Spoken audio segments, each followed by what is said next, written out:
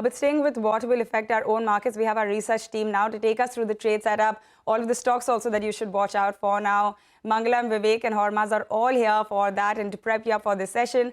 Guys, a very good morning to all of you. I mean, there's no two ways about the fact that the start is definitely going to be very solid. Vivek, it's going to be a lot about the domestic cues, but even if you look at some of the other cues globally, it does look very supportive. You're absolutely right. Like you mentioned, the outcome of the state election polls is something that's expected to at least ensure a very strong gap-up start to our own markets. Not only that, when you're talking about the handover from global equity indices, that too has been quite strong. In fact, on Friday, the S&P 500 scaled fresh 2023 highs as well. Along with that, when you're talking about crude oil prices further softened on Friday. Brent futures down over 2% on Friday, now trading closer to the $78 a barrel mark. Now, talking about the Indian markets, not only on Friday, but when you're talking about the week gone by, the Indian markets gained over 2%. Remember, along with the Indian markets, the Nifty, managed to outperform all of its regional peers. Along with that, fifth straight week of positive gains for the Nifty.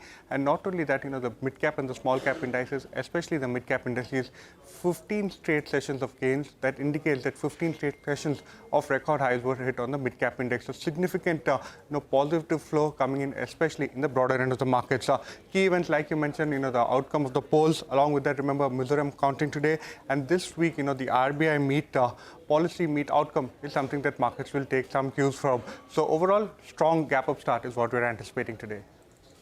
Okay, strong gap-up start, and now it feels like the market knew this well before us, right? I mean, considering that we hit that 20,000 mark last week itself. But Hormaz, take us through some of the stocks that we should watch out for. There's been a lot of action over the weekend. Plenty of action, but on a day like this, I really doubt the stocks would matter. But regardless, Hero MotoCorp, I'll start off with sales numbers that came in post-market on Friday. The numbers were up 25.6% from last year, but they were slightly below Nomura's estimates of 4.95 lakh units. Eicher Motors, where the Royal Enfield sales were up 13% at around 8251 units, but they were below Nomura's estimates as well. Their estimates were at 85,000 units. Now, CAMS, there's a block deal that's likely to take place where a Warburg Pincus affiliate is likely to sell up to 8% of the outstanding equity. The base size is around 1,000 crores with an option to upsize, and the floor price of 2,500 rupees is a 10% discount to Friday's closing price. Hindustan Zinc will be in focus. There's a board meeting on the 6th of December, which is Wednesday, and they will be considering its second interim dividend as well. Strides Pharma, where they have executed the final agreement to transfer Stelis Biopharma's Unit 3 multimodal facility in Bangalore to Syngene. However, the key thing to note is that the gross consideration is revised lower to 617 crores from 702 crores earlier. Alchem Laboratories, its Mandwa facility, has received Form 483 with 3 observations. Tata Power is going to acquire the Bikaner-Neemrana transmission project, which is set up by a subsidiary of Power Finance Corporation, and that project is estimated to cost 1544 crore rupees. And lastly, Suzlon, where Blackstone has informed the exchanges that it now owns a 5% stake in the company. It increased its stake marginally on Friday's trading session. Back to you. Okay, Hormaz, thanks a lot for filling us in with all of that action. Let's also talk about cues from the futures and options space. Mangalam, looks like the start will be close to 20,600. That is correct. What a phenomenal rally we've had in the last 1 month or so, and that culminated into the market hitting a record high on Friday's trading session ahead. And that wasn't even factoring in the sort of election results that came in. So as a result of which, we are likely to see a much higher rally as, the election results will fuel the rally, which was already underway on account of a couple of factors further. So like you said, the GIFT Nifty comes up for you.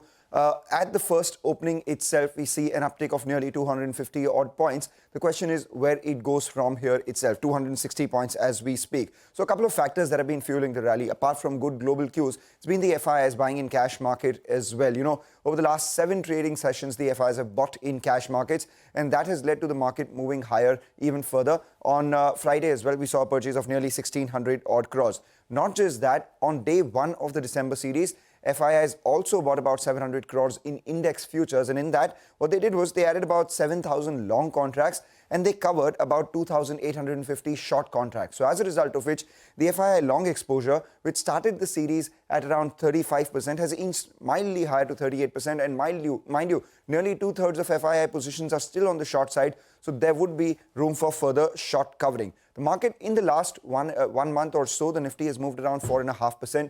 With all eyes set on the 2024 central election, the question is, how much higher can we go? We had a Motilal Oswal note saying that, before the 2014 election, 6 months prior to that, the Nifty had moved around 19%. And in the 2019 election as well, 6 months prior to the election result date, the Nifty had moved around 11%. So if history is something to go by, we can see some sort of double-digit gains going forward over the next 6 months or so.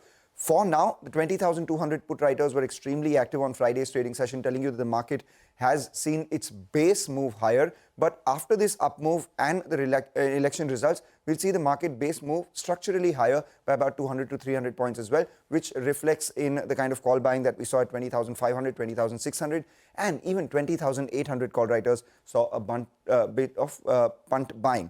Just a couple of stocks on our radar: PFC, REC. A lot of these power and infra stocks do well in the months leading up to the election. We have a lot of them up and a lot of long positions being added there. All right, Mangalam, thanks a lot for taking us through all of those cues that we're watching for today from a domestic market standpoint.